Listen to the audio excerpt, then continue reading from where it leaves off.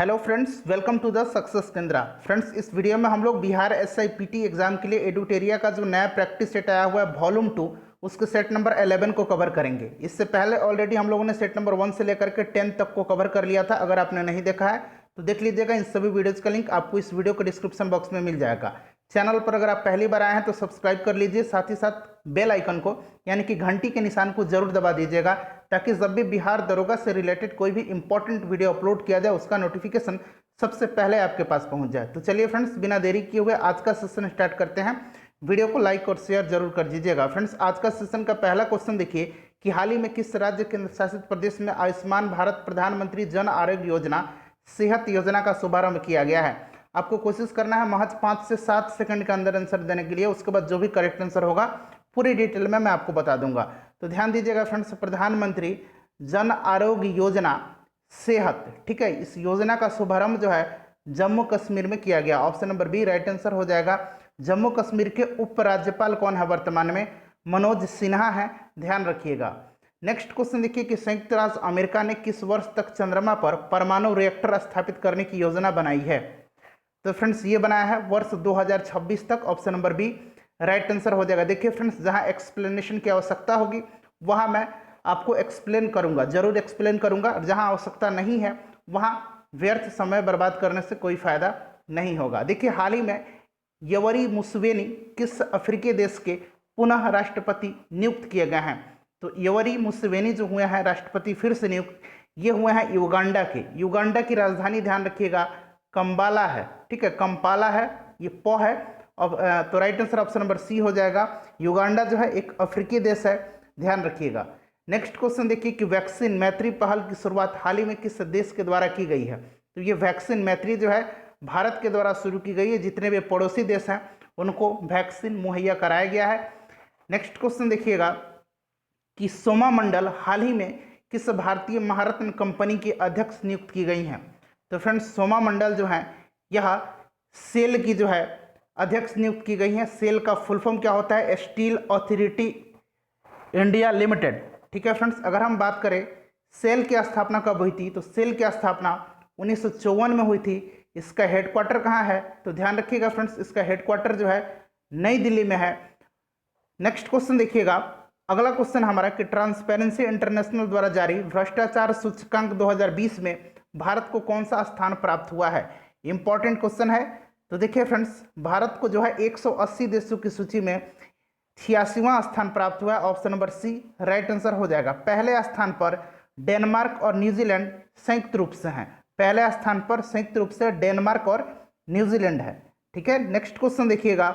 Next question है कि DRDO द्वारा विकसित बाइक एम्बुलेंस नक्सली और उग्रवाद प्रभावित क्षेत्रों में घायलों को निकालने के कार्यों के लिए CRPF में शामिल की गई है, जिसे नाम दिया गया है। तो फ्रेंड्स, इसको नाम दिया गया है Rakshita. Option number C correct answer हो जाएगा। क्वेश्चन नंबर 8 देखिए। क्वेश्चन नंबर 8 है कि डेजर्ट नाइट 21 युद्धाभ्यास हाल ही में किन दो देशों के मध्य संपन्न हुआ है? तो फ्रेंड्स देखिए, यह एक एयर ड्रिल एक्सरसाइज है जो कि भारत और फ्रांस के एयरफोर्स के द्वारा किया गया है, और इसका आयोजन जोधपुर एयरफोर्स स्टेशन पर किया गया था। Right answer option number B Bharat और फ्रांस हो जाएगा। उसके बाद देखिए फ्रेंड्स कि 39वां आसियान शिखर सम्मेलन वर्ष 2021 में किस देश में आयोजित किया जाएगा? तो फ्रेंड्स, ये किया जाएगा ब्रुनेई में। अगर हम बात करें एशियन के बारे में, तो देखिए फ्रेंड्स, एशियन का यहाँ मैं हिंदी में लिख देता हूँ ASIAN, ठीक है। इसका फुल फॉर्म होता है association of south east Asian nation, ठीक है, association of south east Asian nation. इसकी स्थापना कब हुई थी? तो 1967 में हुई थी। इसका हेडक्वार्टर जो है यह जकार्ता में है, ठीक है फ्रेंड्स। कहाँ है? जकार्ता में है, ध्यान रखिएगा। टोटल 10 देश इसके सदस्य हैं। ब्रुनेई की अगर बात आई है तो इसकी राजधानी भी जान लीजिए। इसकी राजधानी है, यहाँ मैं लिख देता हूँ, बेंडर सेरी बेगावान, बेंडर सेरी बेगावान, ठीक है। मैं यहाँ पर लिख भी दिया हूँ अंग्रेजी में, ध्यान रखिएगा, ठीक है। चलिए अगला क्वेश्चन देखिए कि आर्थिक समीक्षा 2020-21 के अनुसार चालू वित्त वर्ष में भारत की GDP में वृद्धि दर कितना रहने का अनुमान लगाया गया है? तो फ्रेंड्स, ये लगाया गया है -7.7%। Option number C correct answer हो जाएगा। केंद्रीय बजट 2021-22 में बीमा क्षेत्रों में FDI को 49% से बढ़ा करके कितने प्रतिशत करने का प्रस्ताव रखा गया है? तो फ्रेंड्स ये रखा गया है 74%। Option number C correct answer हो जाएगा। Michael Houston, Harvey J Alter तथा चार्ल्स एम राइस को किस क्षेत्र में योगदान के लिए वर्ष 2020 में नोबेल पुरस्कार दिया गया? तो फ्रेंड्स सबसे पहले जानिए इन तीनों व्यक्तियों को चिकित्सा के क्षेत्र में नोबेल पुरस्कार दिया गया है। किसके लिए? तो ध्यान रखिएगा फ्रेंड्स, ये दिया गया है इनको हेपेटाइटिस सी के वायरस की खोज के लिए। अगला क्वेश्चन देखिएगा 13 नंबर कि निम्नलिखित में से किस फिल्म को 92वां ऑस्कर पुरस्कार 2020 प्रदान किया गया है? तो देखिए फ्रेंड्स, अब जो है 93वां ऑस्कर पुरस्कार भी दिया जा चुका है।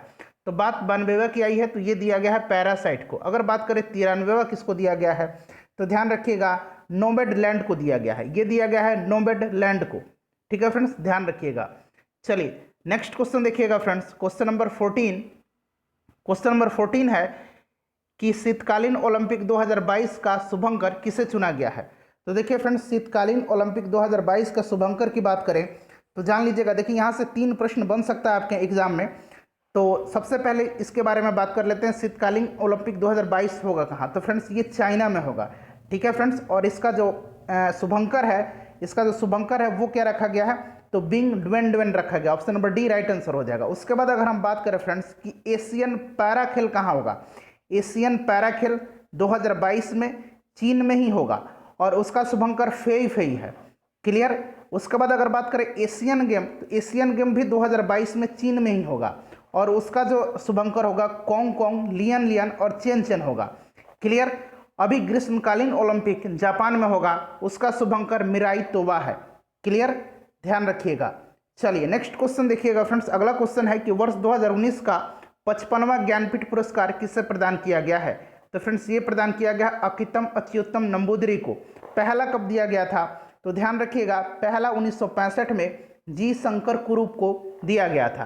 क्वेश्चन नंबर 16 है कि यूएस ओपन 2020 के पुरुष एकल का खिताब किसने जीता है? तो यूएस ओपन 2020 पुरुष एकल का खिताब डोमिनिक थियम ने जीता है। ठीक है फ्रेंड्स, आप जरा कमेंट करके बताइए कि डोमिनिक थियम किस देश के निवासी हैं। महिला एकल की बात करें अगर हम यूएस ओपन 2020 की, तो नाओमी ओसाका ने जीता है। नाओमी ओसाका जापान की हैं। 15वां पुरुष हॉकी विश्व कप का आयोजन 2023 में किस देश में किया जाएगा? तो फ्रेंड्स यह जो है इसका आयोजन अपना प्यारा भारत में किया जाएगा। Option number B right answer इसका हो जाएगा। रानी रामपाल का संबंध किस खेल से है? फ्रेंड्स देखिए इनका नाम इंपॉर्टेंट इसलिए है क्योंकि 2020 में इनको राजीव गांधी खेल रत्न पुरस्कार से सम्मानित किया गया है। क्लियर? ये भारतीय महिला हॉकी टीम की कप्तान है। Option number B right answer हो जाएगा। हाल ही में किस राज्य सरकार के द्वारा जेल पर्यटन पहल की शुरुआत की गई है? तो फ्रेंड्स ये की गई है महाराष्ट्र सरकार के द्वारा। ऑप्शन नंबर ए राइट आंसर हो जाएगा। लौह जिहाद की घटनाओं पर अंकुश लगाने के लिए हाल ही में किस राज्य सरकार ने धार्मिक स्वतंत्रता विधेयक 2020 पारित किया है? तो फ्रेंड्स ये किया है मध्य प्रदेश की सरकार ने। Option number B right answer इसका हो जाएगा। हाल ही में प्रकाशित पुस्तक अनफिनिश्ड ए मेमर किस अभिनेता या अभिनेत्री की कृति है? तो यह जो कृति है प्रियंका चोपड़ा की है। Option number B right answer हो जाएगा। इंपॉर्टेंट क्वेश्चन है, जरूर आप इस क्वेश्चन को ध्यान रखेंगे। उसके बाद 22 नंबर देख लीजिए कि हाल ही में भारत के किस शहर में देश का पहला मॉस गार्डन विकसित किया गया है? तो फ्रेंड्स ये उत्तराखंड में किया गया है, उत्तराखंड के नैनीताल में। Option number A correct answer इसका हो जाएगा। नेक्स्ट क्वेश्चन देखिए कि नवंबर 2020 में भारत की अपनी तरह की पहली सौर ऊर्जा से चलने वाली छोटी ट्रेन का शुभारंभ किस राज्य में किया गया? तो फ्रेंड्स देखिए इसका शुभारंभ जो है केरल के वेली टूरिस्ट विलेज में वहाँ के मुख्यमंत्री पिनराई विजयन के द्वारा किया गया। तो राइट आंसर केरल हो जाएगा। नेक्स्ट क्वेश्चन देखिए वर्ष 2020 में विश्व मानवाधिकार दिवस की थीम क्या थी? तो देखिए फ्रेंड्स विश्व मानवाधिकार दिवस जो है यह 10 दिसंबर के दिन प्रत्येक वर्ष मनाया जाता है और 2020 में इसकी थीम क्या थी? तो इसकी थीम थी recover better stand up for human rights. Next question देखिए कि वर्तमान में बिहार के उप मुख्यमंत्री कौन हैं? तो बिहार के उप मुख्यमंत्री हैं रेणु देवी और तारकिशोर प्रसाद। तो बी और सी करेक्ट आंसर हो जाएगा। हड़प्पा सभ्यता किस प्रकार की थी? तो हड़प्पा सभ्यता जो थी यह एक कांस्य युगीन सभ्यता थी। Option number D right answer हो जाएगा। वीडियो के लास्ट में आप सभी लोग अपना अपना स्कोर जरूर कमेंट करके बताइएगा। ऋग्वेद का 9वां मंडल किसे समर्पित है? तो फ्रेंड्स यह जो समर्पित है यह सोम को समर्पित है। क्लियर? ऋग मंडल में टोटल 10 मंडल हैं, याद रखिएगा। ऋग्वेद में टोटल 10 मंडल हैं, ये भी आपको ध्यान रखना होगा। ठीक है फ्रेंड्स? उसके बाद बात करें तो 1028 सूक्त है और 10,462 ऋचाएँ हैं। क्लियर। तो right answer option number C हो जाएगा। तीसरे मंडल में, ध्यान रखिएगा, तीसरे मंडल में सूर्य देवता को समर्पित प्रसिद्ध गायत्री मंत्र है। अगला क्वेश्चन देखिए, द्वितीय जैन संगति का आयोजन कहाँ किया गया था? तो फ्रेंड्स ये किया गया था वल्लभी में, ठीक है। और इसकी अध्यक्षता किसने किया था? तो इसकी अध्यक्षता किया था क्षमा श्रवण ने। यहाँ मैं लिख देता हूँ किसने किया था, क्षमा श्रवण ने। और कब की गई थी? तो फ्रेंड्स यह 6ठी शताब्दी में की गई थी, 6ठी शताब्दी में की गई थी, ध्यान रखिएगा। अगर पहला बात करें तो पहला बौद्ध संगति का आयोजन जो है यह 300 ईसा पूर्व में, कब? 300 ईसा पूर्व में हुआ था। कहाँ? पाटलिपुत्र में। किसकी अध्यक्षता में? तो स्थूलभद्र की अध्यक्षता में, ठीक है। सारे पॉइंट्स को ध्यान रखना है। देखिए, मगध साम्राज्य के किस शासक को श्रेणिक के नाम से जाना जाता है? तो फ्रेंड्स ये जाना जाता है बिंबिसार को। बिंबिसार जो था हर्यंक वंश का संस्थापक था, ध्यान रखिएगा। नेक्स्ट क्वेश्चन देखिए कि सतसहसारिका सूत्र की रचना निम्नलिखित में से किसने की है? तो सतसहसारिका सूत्र की रचना जो है यह नागार्जुन के द्वारा किया गया है। क्वेश्चन नंबर 31 देखिएगा फ्रेंड्स प्लीज वीडियो को लाइक जरूर कर दीजिए। देखिए, दिल्ली सल्तनत के किस शासक ने सिजदा और पैबोस जैसी प्रथाएं शुरू की थी? तो आपको पता होगा कि ऐसी प्रथा बलवन के द्वारा शुरू की गई थी। बलवन जो था गुलाम वंश का शासक था। नेक्स्ट क्वेश्चन देखिए कि राजस्व प्रणाली में सुधार हेतु दीवाने मुस्तकराज की स्थापना किसके द्वारा की गई थी? देखिए फ्रेंड्स, सल्तनत काल के जितने भी विभाग थे उसको हम लोगों ने 5 मिनट जीके जैसे हमारा दूसरा चैनल है उस पर ट्रिक से कवर किया हुआ है। लिंक आपको वीडियो के डिस्क्रिप्शन में मिल जाएगा, जरूर देख लीजिएगा। देखिए फ्रेंड्स, दीवाने मुस्तकराज जो था एक प्रकार का वित्त विभाग था और इसकी स्थापना अलाउद्दीन खिलजी के द्वारा की गई थी। तैमूर के आक्रमण के समय दिल्ली सल्तनत का शासक कौन था?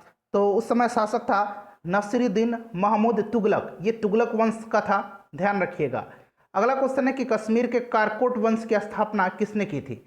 तो इसकी स्थापना दुर्लभ वर्धन ने किया था, ऑप्शन नंबर ए राइट आंसर हो जाएगा। मच्छीवाड़ा का युद्ध कब लड़ा गया था? मच्छीवाड़ा का युद्ध कब लड़ा गया था? तो फ्रेंड्स देखिए, मच्छीवाड़ा का युद्ध जो है यह लड़ा गया था 1555 में। तो राइट आंसर इसका ऑप्शन नंबर सी हो जाएगा, मई 1555 में। और फ्रेंड्स देखिए, सतलज नदी के तट पर स्थित मच्छीवाड़ा जो है यह पंजाब में है और यह युद्ध जो है हुमायूं और अफगान सरदार नसीब खां और तातार खां के बीच, नसीब खां और तातार खां के बीच हुआ था, जिसमें हुमायूं जीत गया था और पंजाब पर अधिकार कर लिया। नेक्स्ट क्वेश्चन देखिएगा कि इलाहाबाद की प्रथम संधि निम्न में से किनके बीच हुई थी? तो फ्रेंड्स यह हुई थी शाह आलम द्वितीय और रॉबर्ट क्लाइव के बीच में। क्लियर, ऑप्शन नंबर ए राइट आंसर हो जाएगा। इसके तहत कंपनी को शाह आलम द्वितीय से बंगाल, बिहार और उड़ीसा की दीवानी प्राप्त हुई थी। कब हुआ था? तो 1765 में। यह भी आप ध्यान रखिएगा। देखिए फ्रेंड्स, बंगाल में द्वैध शासन की नींव किसके द्वारा रखी गई थी? तो फ्रेंड्स ये रखी गई थी किसके द्वारा? तो ध्यान रखिएगा, रखी गई थी क्लाइव के द्वारा। Option number B right answer हो जाएगा। उसके बाद नेक्स्ट क्वेश्चन है कि अंग्रेजों ने सुनहरा फरमान कब हासिल किया? तो देखिए फ्रेंड्स, अंग्रेजों ने सुनहरा फरमान 1632 में किया था। ठीक है, देखिए 1632 में अंग्रेजों ने गोलकुंडा के सुल्तान से एक सुनहरा फरमान प्राप्त कर 500 पैगोड़ा वार्षिक अदा करने के बदले गोलकुंडा राज्य में स्थित बंदरगाहों से व्यापार करने का एक अधिकार प्राप्त किया था। तो राइट आंसर 1632 हो जाएगा। उसके बाद नेक्स्ट क्वेश्चन देखिए, सहायक संधि स्वीकार करने वाला दूसरा राज्य कौन था? देखिए फ्रेंड्स, सहायक संधि की जो है स्वीकार करने वाला पहला राज्य अगर पूछा जाए तो वो हैदराबाद था। हैदराबाद 1798 में जो है स्वीकारा था, ठीक है, सहायक संधि को। दूसरा जो था, दूसरा कौन था? तो दूसरा ध्यान रखिएगा फ्रेंड्स, यह मैसूर था। क्लियर, और मैसूर ने 1799 ईस्वी में स्वीकारा था। क्लियर, और तीसरा पूछा जाए तो तीसरा तंजौर था। तंजौर भी 1799 में जो है सहायक संधि को स्वीकारा था। नेक्स्ट क्वेश्चन देखिएगा कि इंडिया लीग स्थापना निम्न में से किसके द्वारा की गई थी?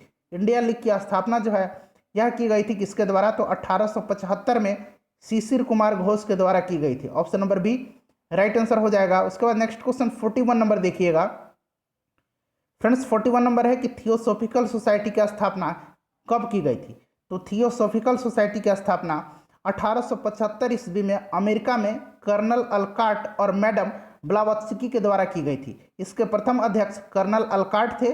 कर्नल अलकाट की मृत्यु के बाद 1907 में एनी बेसेंट इसकी अध्यक्ष बनी थी, ध्यान रखेंगे। अगला क्वेश्चन देखिए, इंडिपेंडेंट पत्र के संपादक निम्न में से कौन थे? तो फ्रेंड्स इसके संपादक मोतीलाल नेहरू थे। Option number B correct answer हो जाएगा। भारत के कितने राज्यों एवं केंद्र शासित प्रदेशों की सीमा समुद्र तट से लगी हुई है। तो 9 राज्य और 4 केंद्र शासित प्रदेश, option number A correct answer हो जाएगा। वारालाचा जो है यह वारालाचा दर्रा यह किस राज्य केंद्र शासित प्रदेश में है? तो वारालाचा जो है वारालाचा सिपकिला, ठीक है, ये जो है हिमाचल प्रदेश में है। Option number D right answer हो जाएगा।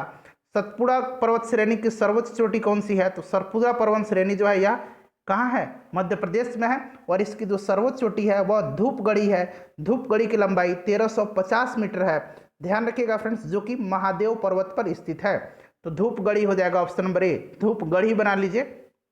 चलिए अगला क्वेश्चन देख लीजिए कि जवाहर सागर परियोजना निम्नलिखित में से किस नदी पर स्थित है? तो फ्रेंड्स यह जो है चंबल नदी पर है। ऑप्शन नंबर ए राइट आंसर हो जाएगा। रिहंद किस नदी की सहायक नदी है? तो रिहंद जो है यह सोन की सहायक नदी है। रिहंद परियोजना आपने सुना होगा, उत्तर प्रदेश और मध्य प्रदेश में है। इसको एक और नाम से जाना जाता है गोविंद बल्लभ पंत सागर परियोजना। क्लियर। नेक्स्ट क्वेश्चन देखिए कि उमियम झील, पहले भी मैंने कवर कराया है, अगर जो लोग हमारे चैनल से रेगुलर जुड़े हैं उनको इस क्वेश्चन का आंसर पता होगा। उमियम झील कहाँ है? तो फ्रेंड्स ये मेघालय में है। Option number B right answer हो जाएगा। भारत में सबसे अधिक भूभाग पर पाई जाने वाली मिट्टी कौन सी है? तो फ्रेंड्स ये जो है कौन सी मिट्टी है? जलोढ़ मिट्टी है। तो देखिए जलोढ़ मिट्टी ऑप्शन में नहीं है, उपरयुक्त में से कोई नहीं इसका करेक्ट आंसर हो जाएगा। 50 नंबर क्वेश्चन देखिए कि रबड़ और सिनकोना किस प्रकार की वनस्पति है? तो रबड़ और सिनकोना जो है यह किस प्रकार की वनस्पति है? यह है उष्णकटिबंधीय सदाबहार वन की वनस्पति।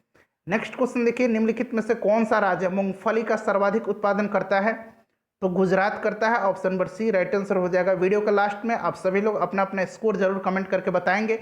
जैसे ही हमारा 15 सेट कंप्लीट होगा हम लोग नया पब्लिकेशन का बिहार SIPT के एग्जाम के लिए प्रैक्टिस सेट स्टार्ट कर देंगे। देखिए निम्न में से कौन सा बंदरगाह कि ज्वारीय बंदरगाह है? तो यह कांडला बंदरगाह है। कांडला बंदरगाह कहाँ है? गुजरात में है। क्लियर। चलिए एलबुर्ज पर्वत श्रेणी किस देश में है? तो फ्रेंड्स एलबुर्ज पर्वत श्रेणी जो है यह ईरान में है। ईरान में एक और है जैग्रोस पर्वत श्रेणी, ठीक है, यह भी आप ध्यान रखिएगा। अगला क्वेश्चन देखिएगा कि नियाग्रा जलप्रपात निम्न में से किस नदी पर है? तो नियाग्रा जलप्रपात जो है यह USA और कनाडा में है। क्लियर। और यह जो है सेंट लॉरेंस नदी पर है। कहीं कहीं आपको नियाग्रा नदी भी मिलेगा, ठीक है। निम्नलिखित में से किसे जापान का पिट्सबर्ग कहा जाता है? तो जापान का पिट्सबर्ग कहा जाता है यावाटा को। Option number D right answer इसका हो जाएगा। फारस की खाड़ी एवं ओमान की खाड़ी को कौन सी जोड़ती है? तो फ्रेंड्स यह जोड़ती है हार्मुज जल संधि। Option number D right answer हो जाएगा। इन सभी को पहले मैंने डिटेल में बताया हुआ है, तो यहाँ बताने की आवश्यकता नहीं है। अगर आपने रेगुलर सेट लगाया है तो बाकी आप सबको पता होगा। निम्नलिखित में से कौन सा देश एस्कैवेंडियाई देश के अंतर्गत नहीं आता है? तो फ्रेंड्स देखिए एस्कैवेंडियाई देश के अंतर्गत कौन कौन से देश आते हैं? नॉर्वे, स्वीडन और डेनमार्क, ये 3 देश आते हैं। क्लियर। तो ध्यान रखिएगा इसमें आयरलैंड नहीं आएगा। ऑप्शन नंबर इसका सी राइट आंसर हो जाएगा। आयरलैंड नहीं आएगा। उसके बाद देखिए कोई वस्तु सफेद रंग की इसलिए दिखाई देती है क्योंकि क्यों दिखाई देती है? आपने पढ़ा होगा कि काली रंग की क्यों दिखाई देती है। तो काली रंग की इसलिए दिखाई देती है कि जितने भी प्रकाश का रंग है 7 रंग, उन सबको वह अवशोषित कर लेती है, परावर्तित नहीं करती है। इसी कारण जो है वह काली दिखाई देती है। सफेद दिखाई इसलिए देती है क्योंकि सभी रंगों को वह परावर्तित कर देती है। तो राइट आंसर ऑप्शन नंबर इसका ए हो जाएगा। उसके बाद 58 नंबर के बाद देखिए 59 नंबर कि पूर्ण आंतरिक परावर्तन की घटना तब संभव होती है जब प्रकाश जाता है। तो जब प्रकाश जाता है सघन से विरल माध्यम में। Option number B right answer हो जाएगा। देखिए प्रकाश के जो पूर्ण आंतरिक परावर्तन है इसके लिए 2 कंडीशन जरूरी है। पहला कंडीशन तो हो गया सघन से विरल माध्यम में जाती हो, और दूसरा कंडीशन क्या होता है कि आपतन कोण यानी कि इंसिडेंट एंगल जो है वह क्रांतिक कोण यानी कि क्रिटिकल एंगल से बड़ा होना चाहिए।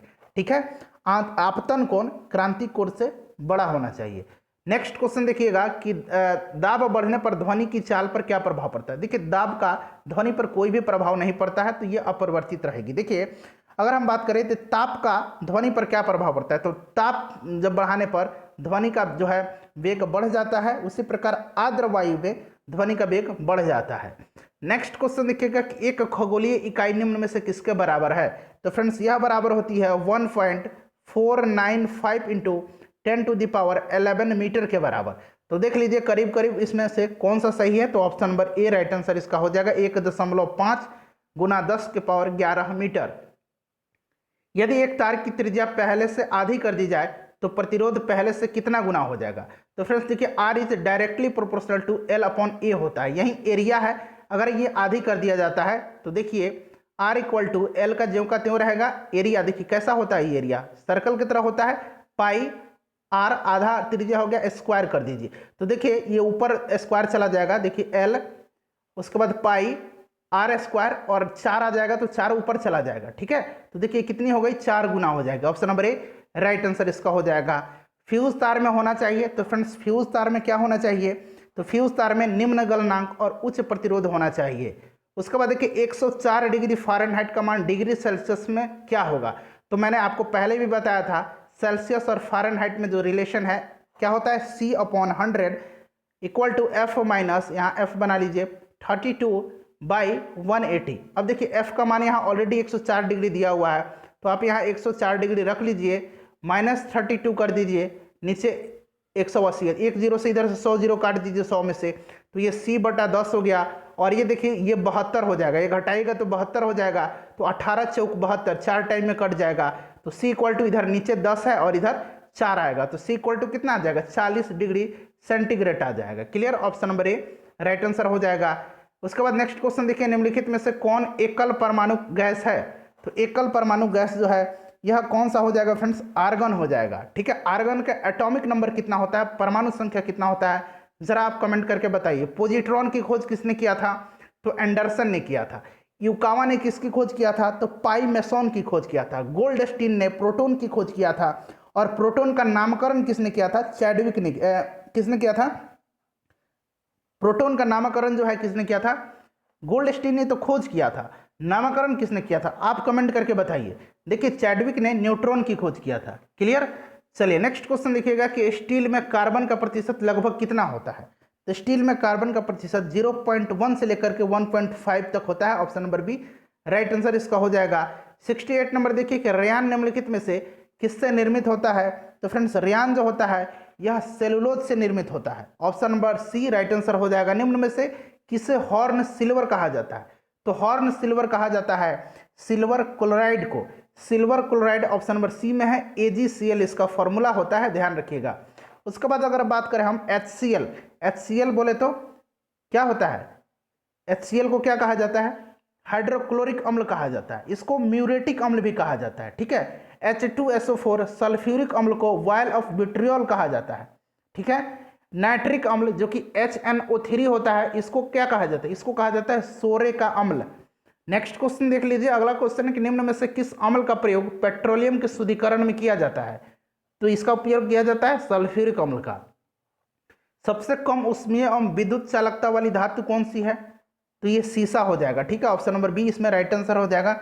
सबसे ज्यादा कौन सा धातु है, तो चांदी होता है। अगला क्वेश्चन देखिएगा कि वृद्धि रोधक पादप हार्मोन। तो देखिए पादप हार्मोन कौन कौन से हैं, चारों जो ऑप्शन में दिया हुआ है पादप हार्मोन है। इसके अलावा एथिलीन, फ्लोरोजिन्स और ट्राउमेटिन। ठीक है, एथिलीन आपने सुना होगा, उसके बाद फ्लोरोजिन्स, यहाँ मैं लिख देता हूँ फ्लोरिजिन्स, क्लियर, और ट्राउमेटिन, ये सारे पादप हार्मोन है। ये नाम आप ध्यान जरूर रखिएगा, 4 और 3 साथ। ठीक है, देखिए एक एक करके मैं समझा देता हूँ। सबसे पहले वृद्धि रोधक हार्मोन बताया जा रहा है, तो राइट आंसर एब्सिसिक एसिड हो जाएगा। यह एब्सिसिक एसिड जो होता है फ्रेंड्स, यह बीजों को सुसुप्त अवस्था में रखता है और यह पुष्पन में भी बाधक होता है। ऑक्सिन की बात करें, यहाँ पर आप ऑक्सिन देख रहे हैं, देखिए इसकी खोज जो है चार्ल्स डार्विन ने किया था और पौधों की वृद्धि को नियंत्रित करता है यह। क्लियर, जिब्रेलिन्स यहाँ पर देख रहे हैं, जिब्रेलिन्स जो होता है या पौधे, जिब्रेलिन्स जो या बौने पौधों को लंबा कर देता है। साइटोकाइनिन कोशिका विभाजन में सहायक होता है। क्लियर, उसके बाद एथिलीन जो होता है फ्रेंड्स, यह फलों के पकाने में सहायक होता है। फ्लोरोजिन्स जो है फूलों को खिलाने में सहायक होता है। और ट्राउमेटिन जो होता है यह पौधों के जख्म भरने में सहायक होता है।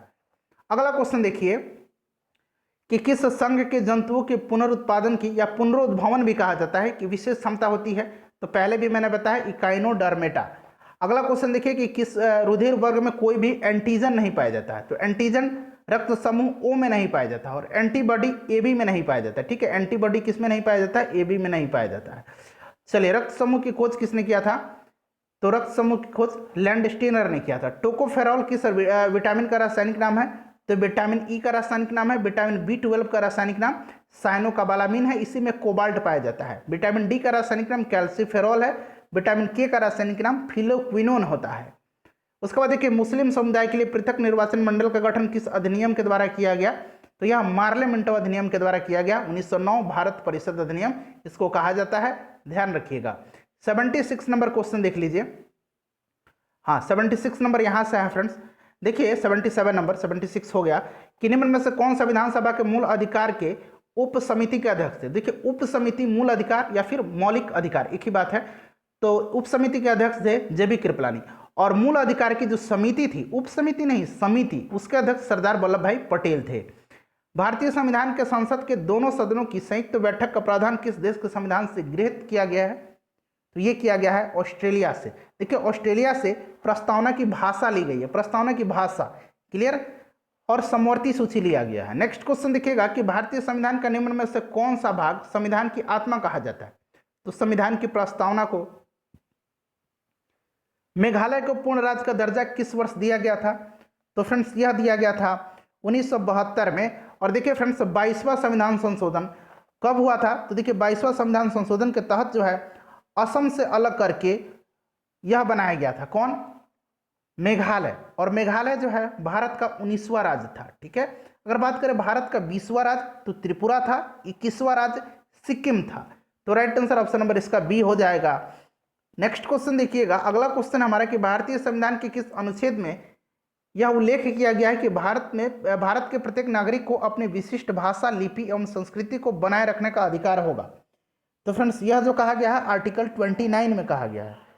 राइट आंसर इसका ऑप्शन नंबर सी हो जाएगा। अगर हम बात करें आर्टिकल 26 में क्या है, तो धार्मिक कार्यों के प्रबंधन की स्वतंत्रता दी गई है। आर्टिकल 28 जो है इसमें राज्य विधि से पूर्णतः पोषित किसी शिक्षण संस्थान में कोई धार्मिक शिक्षा नहीं दी जाएगी। क्लियर। आर्टिकल 30 में क्या कहा गया है? शिक्षण संस्थानों की स्थापना और प्रशासन करने का अल्पसंख्यक वर्गों का अधिकार होगा। नेक्स्ट क्वेश्चन देखिए, भारत के राष्ट्रपति के निर्वाचक मंडल में शामिल होते हैं? तो फ्रेंड्स इसमें शामिल होते हैं संसद के दोनों सदनों के निर्वाचित सदस्य और राज्यों की विधानसभाओं के सभी सदस्य। तो option number C right answer हो जाएगा, 1 और 3। 83 नंबर देखिए, वित्त आयोग के अध्यक्ष और सदस्यों की नियुक्ति किसके द्वारा की जाती है? तो वित्त आयोग का वर्णन आर्टिकल 280 में है और इसके सदस्यों और की नियुक्ति और इसके अध्यक्ष की नियुक्ति राष्ट्रपति के द्वारा की जाती है। उसके बाद नेक्स्ट क्वेश्चन देखेंगे। नेक्स्ट क्वेश्चन है 84 नंबर। तो फ्रेंड्स 84 नंबर क्वेश्चन है, प्रत्येक 2 वर्ष के बाद राज्यसभा के कितने सदस्य सेवानिवृत्त हो जाते हैं? तो 1/3 हो जाते हैं। इनका कार्यकाल 6 वर्षों का होता है। उसके बाद देखिए, संसद के दोनों सदनों में किसी विधेयक पर गतिरोध स्थिति में दोनों सदनों की संयुक्त बैठक की अध्यक्षता किसके द्वारा की जाती है? तो लोकसभा के स्पीकर के द्वारा की जाती है, लोकसभा अध्यक्ष के द्वारा। ऑप्शन में कोई नहीं है। अगला क्वेश्चन देखिए, निम्न में से कौन राज्यसभा के विपक्ष के पहले नेता थे? तो राज्यसभा में विपक्ष के पहले नेता थे Shyam Nandan Mishra. Option number C right answer इसका हो जाएगा। लोक उपकरण समिति का गठन पहली बार किस वर्ष किया गया था? तो फ्रेंड्स यह 1964 में किया गया था। Option number C right answer हो जाएगा। IUCN, यहाँ मैं लिख देता हूँ IUCN। देखिए इसका फुल फॉर्म क्या होता है? International union for conservation of nature. International union for conservation of nature, इसकी स्थापना 1948 में की गई थी। इसका हेडक्वार्टर जो है स्विट्जरलैंड के ग्लैंड शहर में है। क्लियर फ्रेंड्स, राइट आंसर इसका क्या हो जाएगा? 1948। अगला क्वेश्चन देखिएगा कि निम्न में से कौन तृतीय उपभोक्ता नहीं है?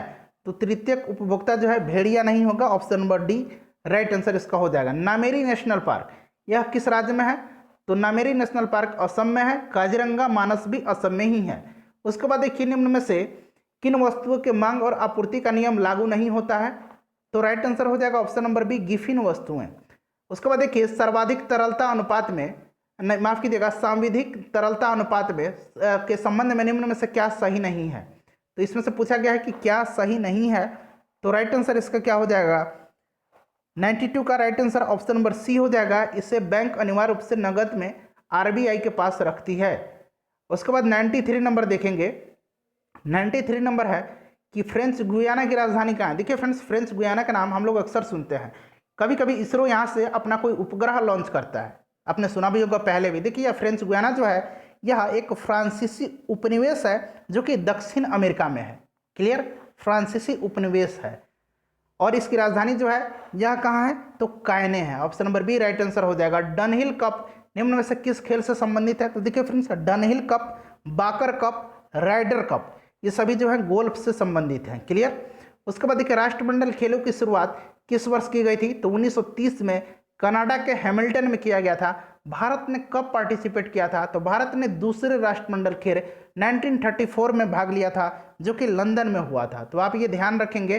देखिए फ्रेंड्स, 96 से लेकर के 100 तक में मैथ के प्रश्न हैं। इसका पीडीएफ आपको टेलीग्राम पर जल्द मिल जाएगा। जैसे ही हम लोग 15 सेट कंप्लीट कर लेंगे, सभी का पीडीएफ आपको मैं टेलीग्राम पर दे दूंगा। लिंक डिस्क्रिप्शन में है टेलीग्राम का, जुड़ जाइए।